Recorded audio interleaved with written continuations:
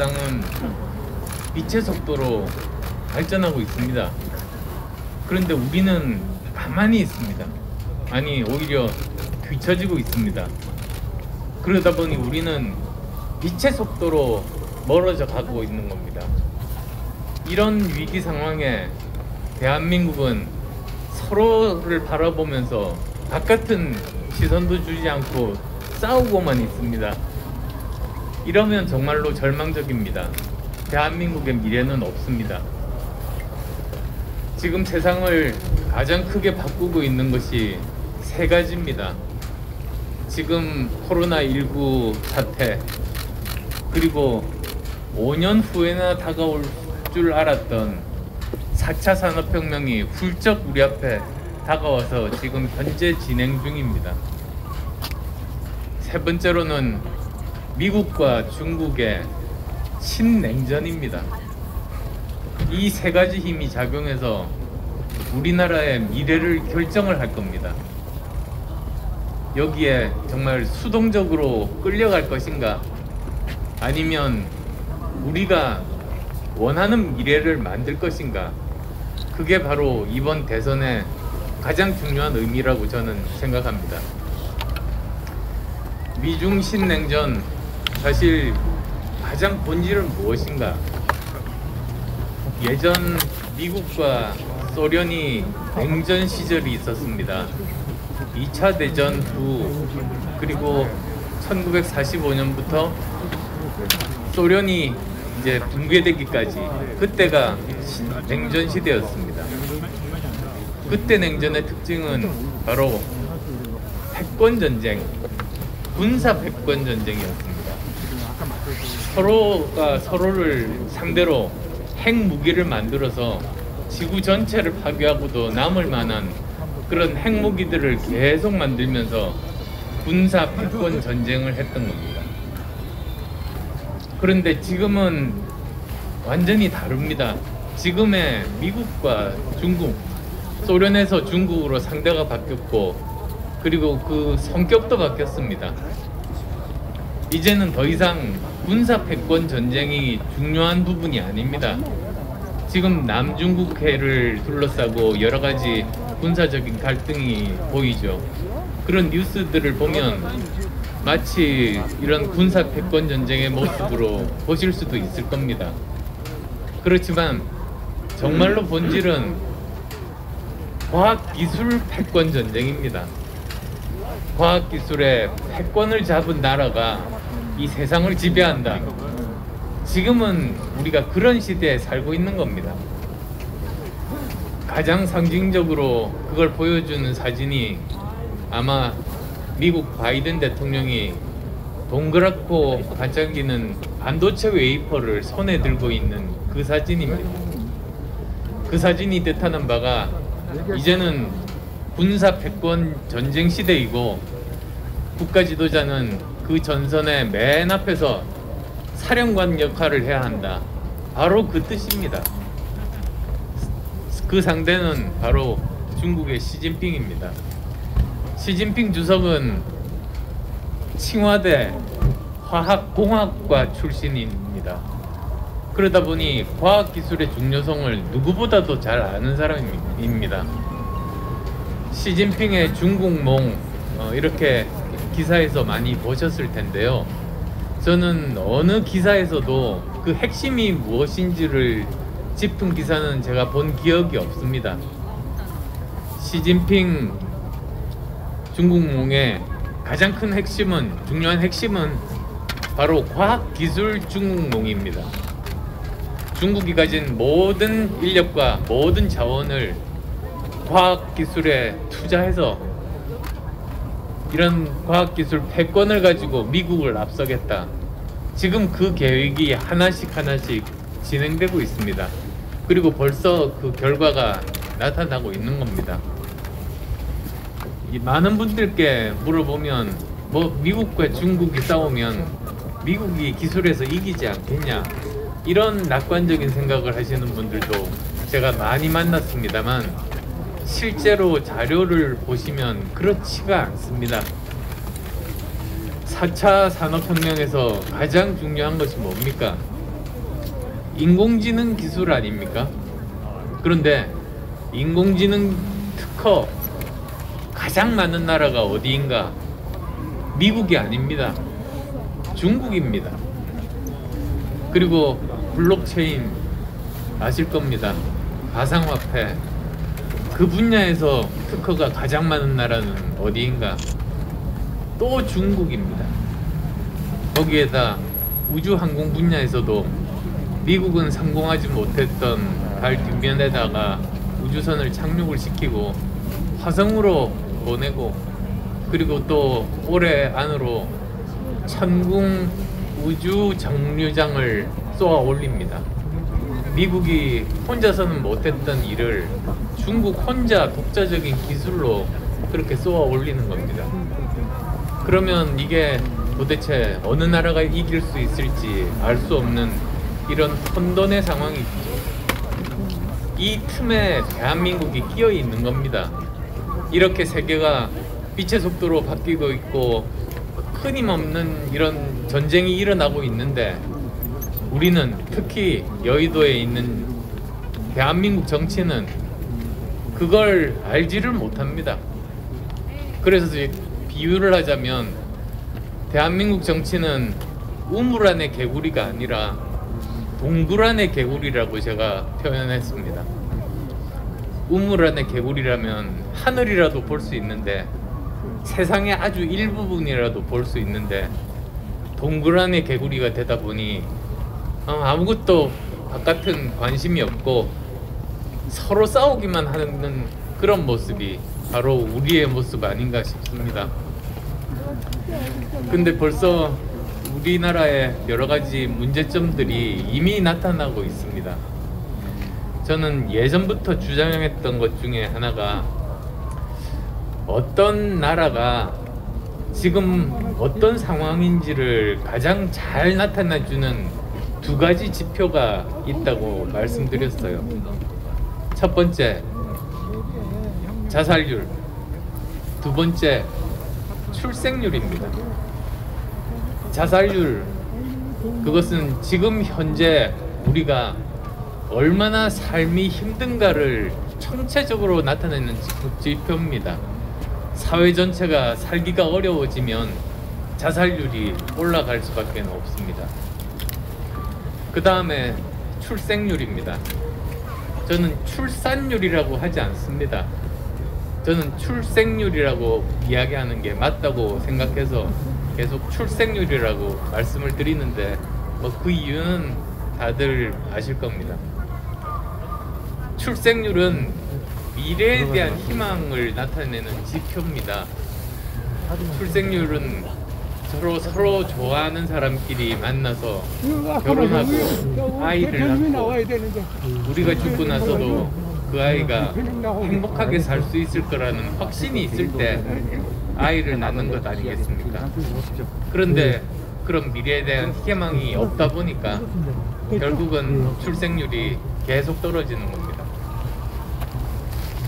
프랑스에 제가 가서 어떻게 프랑스가 출생률이 1 가까이 떨어지다가 다시 2 가까이로 상승했는지, 그걸 평생 그 정책을 입안하고 지휘를 했던 분을 만나러 간 적이 있습니다.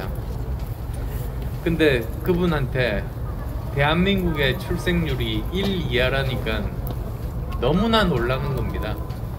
자기가 평생 이 일을 해왔는데 1 이하인 나라를 자기가 들은 적이 없답니다.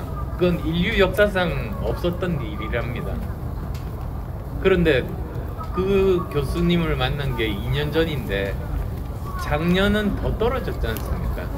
0.86. 그리고 올해는 또 더 떨어질 겁니다. 지금 코로나 때문에 결국은 더 힘든 이런 삶이 계속 진행이 되면서 결혼도 하지 않고 아이도 낳지 않고 이런 생활이 계속 반복되고 있습니다. 그런데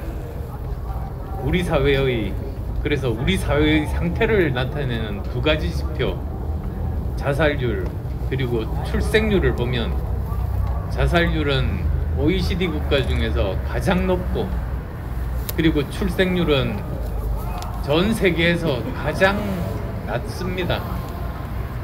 그 말은 무슨 말인가? 지금 벌써 대한민국은 너무나 지금 현실이 살기가 힘들고, 그리고 우리 미래에 대해서 희망을 가진 사람이 점점 적어진다는 그런 뜻 아니겠습니까? 저는 정치의 역할이 크게 보면 이것이라고 생각합니다. 크게 봐서 이 정치의 역할이라는 것은 그 나라의 출생률이 높아지고 자살률이 낮아지게 만드는 것, 그게 궁극적인 목표 아니겠습니까? 그게 저는 부민 강국이라고 표현을 했습니다만, 그걸 정치가 해야 되는 일이라고 봅니다. 저는 정치는 공공을 위한 봉사다, 공익을 위한 봉사이다, 그런 생각으로 정치를 시작했습니다. 그런데 현장에서 보고 있는 모습은 바깥에서 제가 볼 때보다 더 참담합니다. 정치를 하는 목적이 공익을 위해서 봉사하는 게 아니라 선거에서 이기면 그 세금으로 자기 편들 먹여 살리는 게 목적인 정치. 그걸 보고 제가 도저히 정치를 그만둘 수가 없었습니다. 지금까지 많은 영역에서, 정치 바깥 영역에서 성공하신 분들이 들어왔습니다. 정치로. 정말 얼마 못 견디고 나가시고 그랬습니다. 제일 오래 버틴 분이 아마 2, 3년 정도 버티셨을 겁니다. 근데 저는 지금 10년째 버티고 있습니다. 그래서 중견 언론인 분들 만나뵈면 지금 대한민국 70년 역사상 최장 기록을 세우고 있다, 매일매일 신기록을 세우고 있다, 그런 말씀들을 하십니다. 그게 바로 제가 정치는 공익을 위한 봉사라는 생각 때문에 그러는 겁니다. 제가 시장을 가면은 가장 많이 듣는 질문이 그겁니다. 가장 많이 듣는 이야기가 이겁니다. 그냥 존경받고 이런 정치 하지 않으면 행복하게 살 텐데 딱 하기도 해라, 그렇게 말씀하시는 분들이 정말로 많습니다. 그럴 때마다 제가 대답을 하죠. 그러면 제가 따뜻하고 안락하게 편안하게 많은 사람들의 존경을 받고 살면서 다른 이웃의 아픔은 그냥 무시하고 살면 그런 삶을 살기를 정말로 바라시냐고. 오히려 제가 조금이라도 다른 분들께 도움이 되려고 이렇게 노력하는 게 그게 정말 더 좋은 삶이 아니냐고 그렇게 말씀드리면 이해를 해주십니다. 사실 우선 제 이야기부터 말씀을 드려야겠네요. 오늘 시간이 아주 깁니다. 그래서 우선은 제 개인 스토리부터 좀 말씀드리고 싶어요. 어떤 사람의 그 정체성이라는 게 20대 때 주로 이제 형성이 된다고 하지 않습니까? 저는 20대 때 의과대학을 다니고 의사가 됐습니다. 그러다 보니까 제 정체성은 의사입니다. 의사는 두 가지 정체성이 있습니다. 첫 번째는 인간 대 인간으로서 다른 사람을 도와주는 일을 하는 직업입니다. 바로 봉사, 공익을 위한 봉사, 그런 정체성을 가지고 있습니다. 봉사의 정체성이 의사의 정체성의 가장 중요한 한 부분인 거고요. 두 번째 정체성은 문제 해결사입니다. 그 사람이 어떤 병에 지금 걸려 있고, 그러면 해결하기 위해서는 어떤 치료 방법을 써야 하는가, 그걸 찾아서 환자를 고쳐주는, 문제를 해결하는 그 두 가지 정체성입니다. 근데 참 신기하게도 저 같으면은 지금이 5번째 직업입니다. 의사. IT 전문가, 그리고 벤처 경영자, 그리고 대학 교수를 거쳐서 정치인이 됐습니다. 그런데 그 5가지 직업은 바뀌었지만 제 정체성은 바뀌지가 않았습니다. 제가 의사일 때, 그 다음에 V3를 만들어서 무료로 배포할 때, 그게 바로 공익을 위해서 봉사를 하기 위해서 무료로 배포했고, 그리고 또 문제를 해결하는 것 아니었겠습니까? 그 당시는 제가 의사를 하면서 동시에 V3 만들다 보니까 새벽 3시에 일어나서 V3 만들어서 새벽 6시까지 하루에 3시간 정도 일하고, 나머지는 의과대학 가서 또 의학 연구를 계속하는 그 기초과학자였습니다. 근데 그게 힘든 삶이지만 저는 굉장히 보람이 있었습니다. 왜냐하면 저는 계속 학교에서 공부하고 연구하고 그런 환경에서 있다 보니까 다른 많은 분들이 저한테 도움을 주시기만 하고 저는 그분들께 해드릴 수 있는 게 없지 않습니까? 그래서 저한테는 사회로부터 빚진 마음이 굉장히 많았습니다. 그래서 의과대학 학생 시절에는 의료 봉사 활동을 했죠.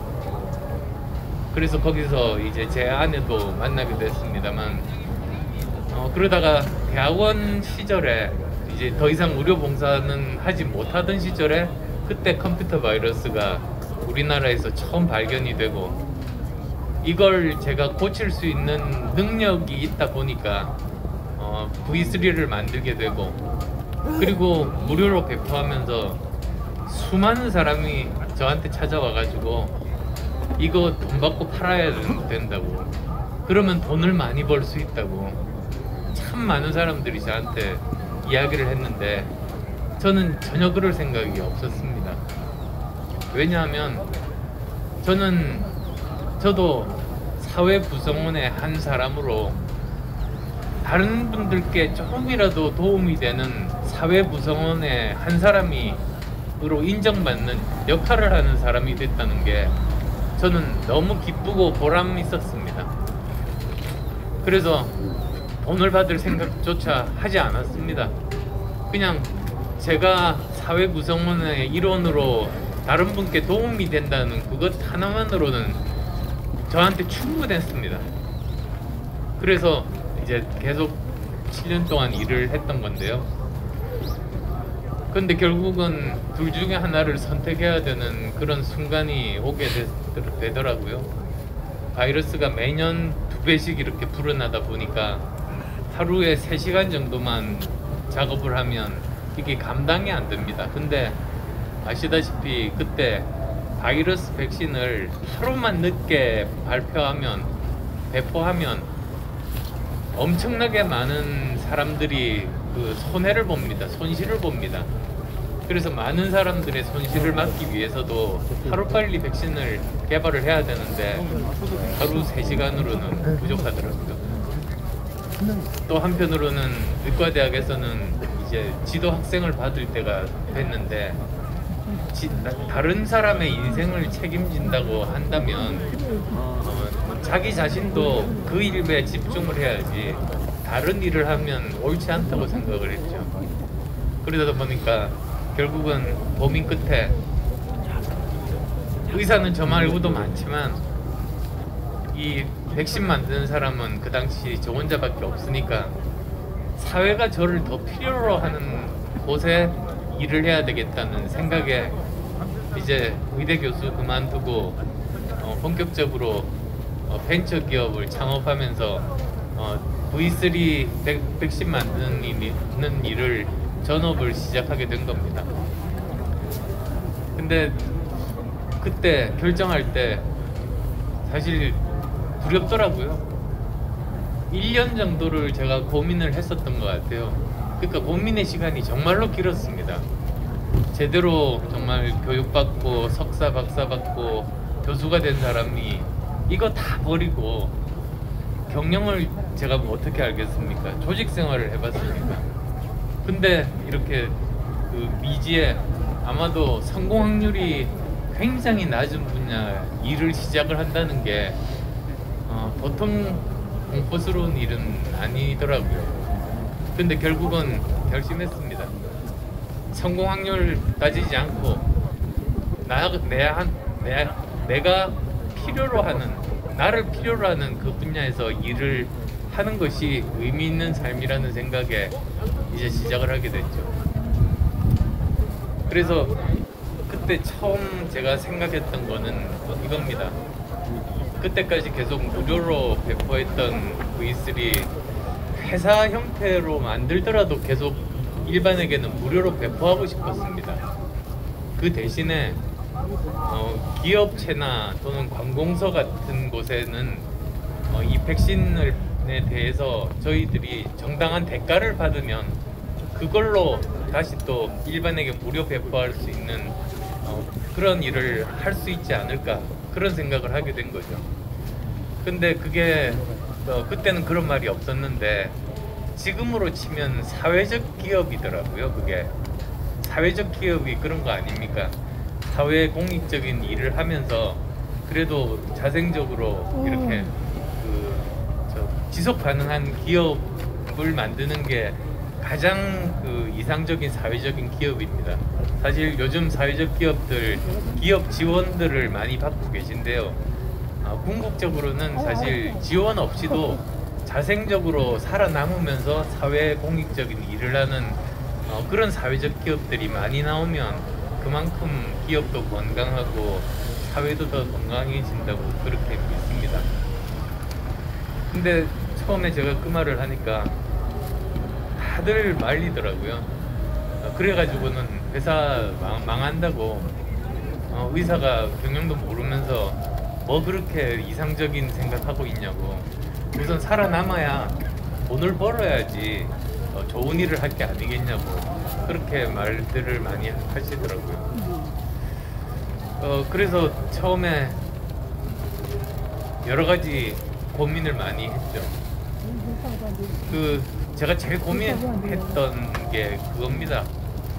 흔히들 회사의 목적은 수익 창출이다, 이런 말을 많이 해요.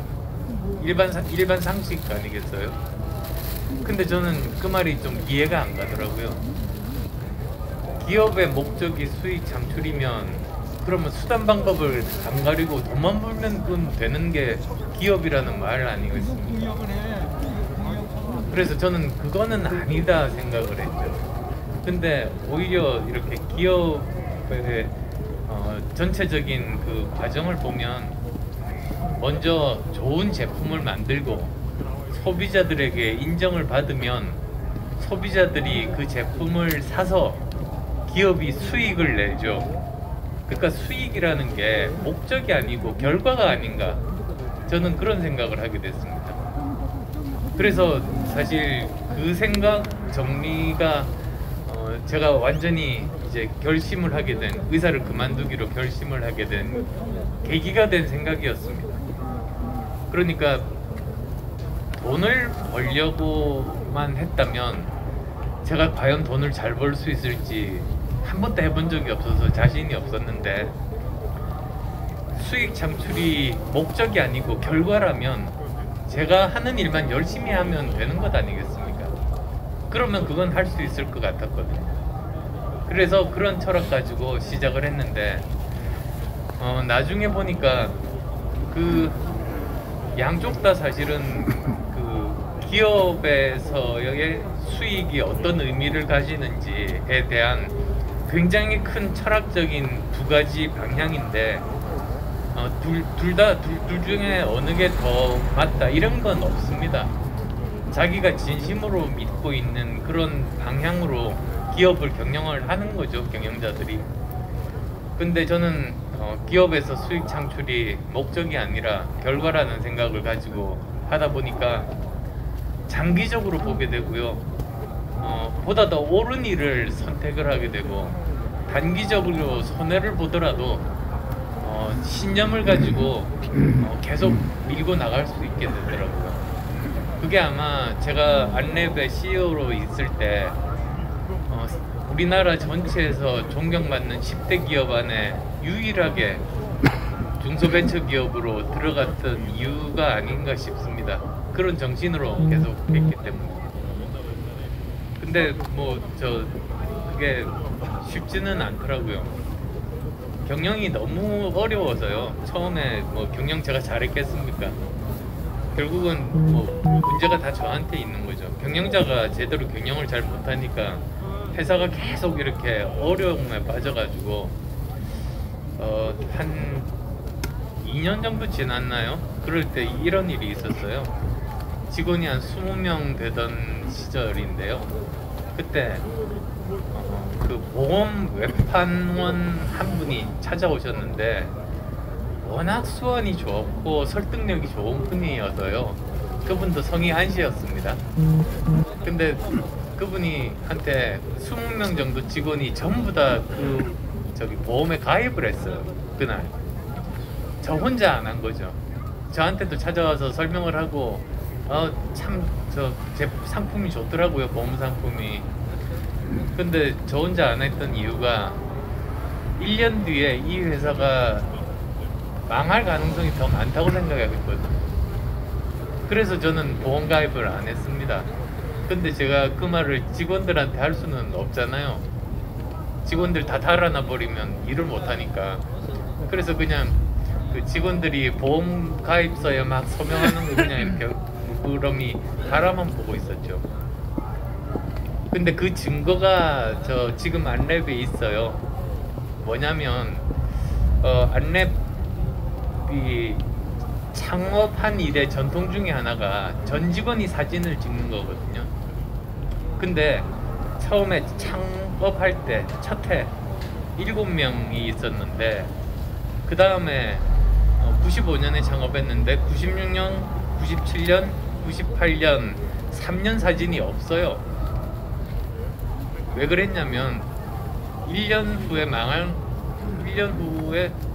망해 있을 가능성이 훨씬 많다고 생각해서 전 직원 사진 찍는 게 그렇게 자신이 없더라고요. 그렇게 기록으로 남길 가치가 있을까 생각해서 사진을 안 찍었어요. 근데 99년부터 사진 찍기 시작했습니다. 그때 확신이 생기더라고요. 이 회사는 망하지 않겠다. 그래서 그 다음부터 지금까지, 그래서 지금 안랩이 그 판교에 있습니다. 판교에 제일 먼저 빌딩 지은 회사가 안랩이거든요. 그것도 한번 모험을 걸어본 건데 제가 지금 직원이 1200명이죠. 그리고 지금 건평 만 몇천 평 정도 되는 건물에서 있어요. 근데 저는 경영에 이제 전혀 관여하지 않고 그냥 주주로만 남아있는 그런 상황인데, 그래도 그 빌딩이 이렇게 지나가다 보면은 참 자랑스럽더라고요. 그리고 또 한편으로는 저희 회사가 아마 IT 기업 중에서 사내 결혼이 제일 많았을걸요. 그게 저 초창기에 그랬어요. 90년대 후반 무렵인데요. 그때 처음 그 남자 직원과 여자 직원이 결혼한다고 저를 찾아와 오면서 여직원이 사표를 가지고 왔어요. 근데 지금은 상상이 안 가지만 그 당시만 하더라도 저 90년대 후반만 하더라도, 그러니까 한 25년 전이네요. 그때만 하더라도 그 한 회사에서 사내 결혼을 하면 부부 중에 한 사람은 그 회사 그만두는 게 관행이었습니다. 사회 관행이고 사회 상식이었다, 그죠? 참 지금은 이해가 안 가죠. 근데 제가 그랬어요. 사표 수리 못 하겠다고 그냥 두 분 다 계속 다니라고 그랬어요. 그게 저도 맞벌이 부부 입장에서 그건 아무 이유도 없고 정당하지도 않더라고요.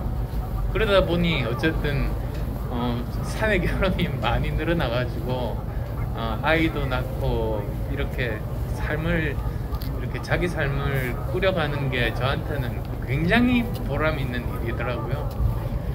그래서 회사를 잘 이렇게 창업해서 키우는 보람이 그거더라고요. 많은 사람의 삶의 터전을 만드는 일이잖아요.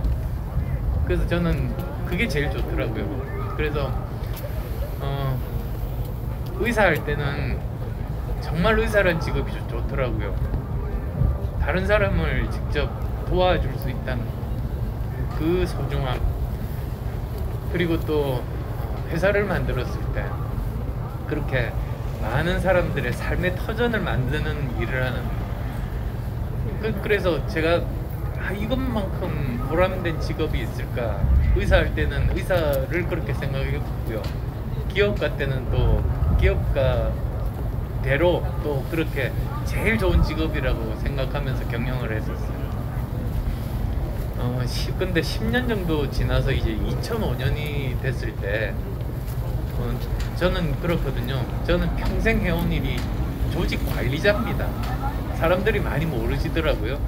근데 생각해 보시면 저는 처음부터 저 혼자서 1200명짜리 회사 만들었고요. 그리고 포스코라는 정말 큰 기업의 이사회 의장도 했었고, 그러면서 큰 결정들도 많이 했죠. 그리고 또 대학에서는 대학 원장으로 행정을 하고, 그리고 정치하면서는 지금이 당대표 4번째입니다.